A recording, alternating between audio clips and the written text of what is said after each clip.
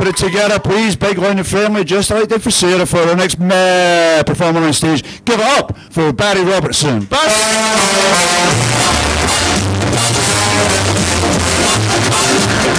Well, don't clap so much, I might be shite. No, it's really nice to be here. I'm a PhD student for Strathclyde University. I'm studying chemistry. Thank fuck. I've never met any of you actually study chemistry. You're just cheering because I can't see you just cheering because is that my family that's cheering? It probably is. They're here. No, I study chemistry at Strathclyde Uni, and what I make plastic Baws. That's what I do. But the worrying thing is I've got 6 months left, and I don't know why you're all smiling so much. I'm shiting myself. Speaking of, actually, when I said I was going to be doing this is my first time doing anything like this. I was actually I was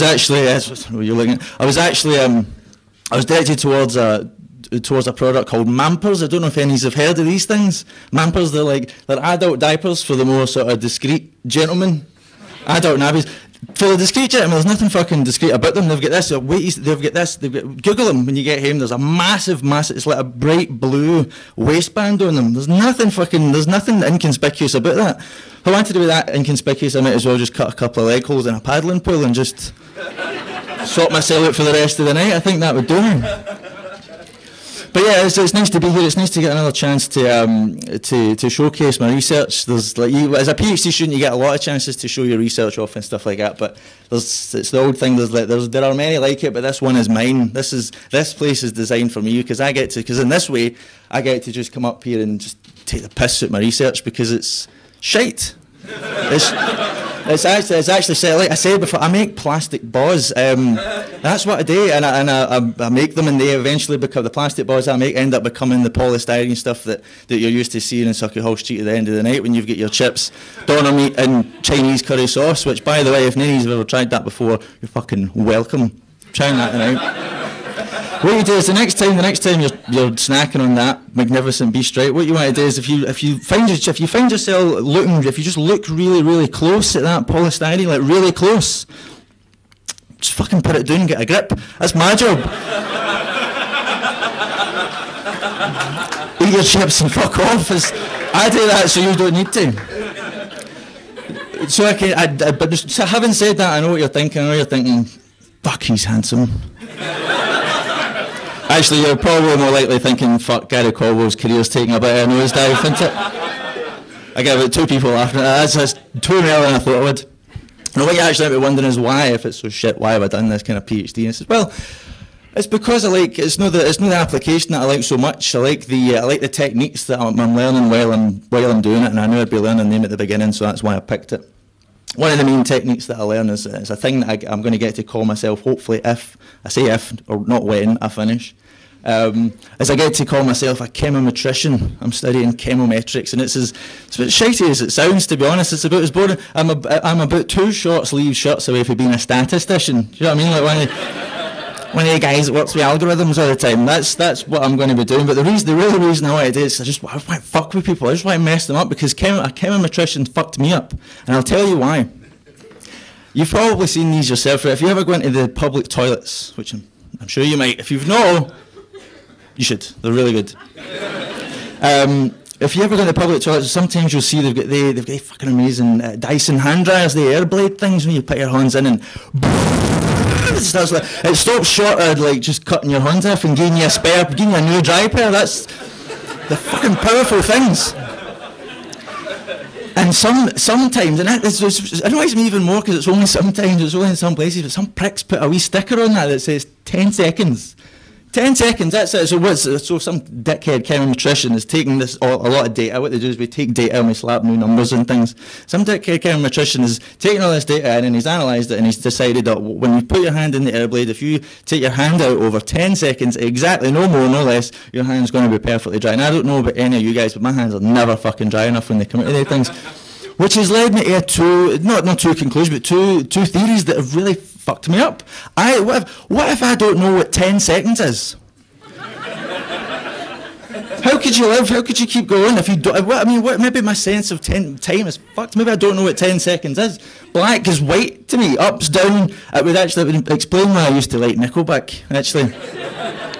So that could be true, but so if that's not true, my other one's even worse. My other one's more terrifying. What if my judgment for how moist your hands should be is fucked? What if I don't know? What if I'm over drying? If I get my hands in there and I'm taking, to me it's 15, 20 seconds to get my hands dry, plus why they aim on the way out. What if everybody I come into contact with my entire life has been left feeling that they've been molested by a sand person? What if... my mates must carry about spare bottles of water. Must be able to see you later, mate. It was good seeing you, by the way. Alright, see you later, mate. Bottle of water. Why am I limits? Do you just meet Barry? You just chatting to Barry? Aye. So that has totally fucked me up, and that's why I want to be a chemometrician, to get back at them. There could be an easier way. There's about 10 chemometricians in the world. Really, with a well-timed bomb, I could just take the whole world's population of chemometricians out, including that prick that came up with the 10-second sticker. But the other thing about doing it, so that's great, and I like to learn that, but I can't just be given data. Fuck no, that'd be far too easy. Is it when you start uni, when you finish uni and you go out into the big wide world and you say to your university, actually, do you know what? Thanks very much for all the knowledge that you've passed on to me. I would really like to stay on. I'd really like to stay on and learn more and affect some new change in the world. And your uni goes, oh, fuck you, fair enough.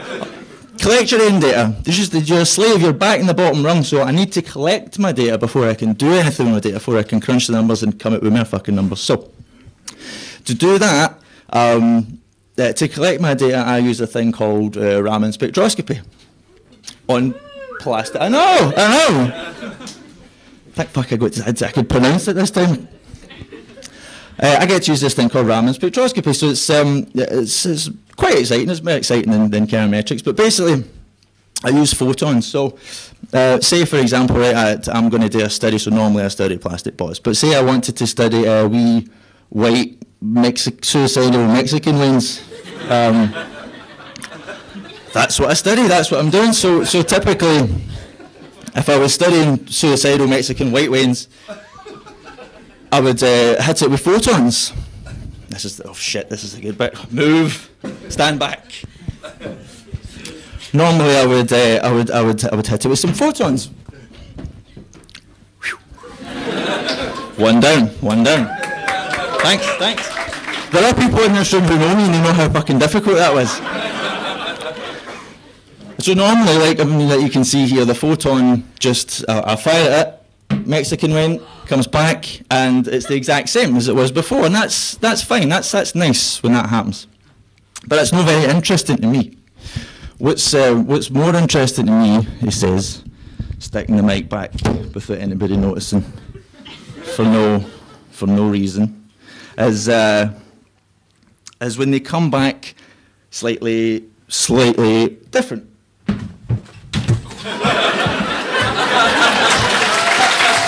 You know?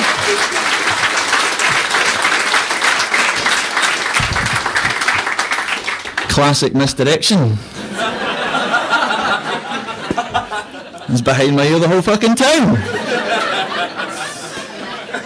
So that's what I do. I look for the ones that come back a bit different. Fuck, I should have left that joke to the end. Up my jumper was behind my ear was fine. Now I need to stand here that I'm fucking Robin Thicke. I'm fucking Robin Thicke. I might probably look kind of similar actually now that I think about it. It's okay, he knows he wants it. So really the moral of my wee 8-minute story you might think might be don't, for the love of fuck, do a PhD. Really what the message I want to get across is, for the love of fuck, don't do mine. But in reality it's been an excellent time. You get to meet a lot of new people for a lot of awesome places, a lot of interesting countries, and you get to go to some of these countries to do conferences or just to fuck about and pretend that you're presenting stuff. Amazing. It's just such a life of leisure. you get to go to the kind of things, you get to go to these countries, you get to do stuff like this. When the fuck, why would I ever end up, how would I have ended up on stage at the stand? There's no chance I'd ended up to do anything like this if I hadn't done a PhD. So it's been a fascinating and fantastic, albeit mamper-fillingly quick 3 years. And actually, speaking of which, I better get going. I think I've sprung a leak. Thank you very much, folks.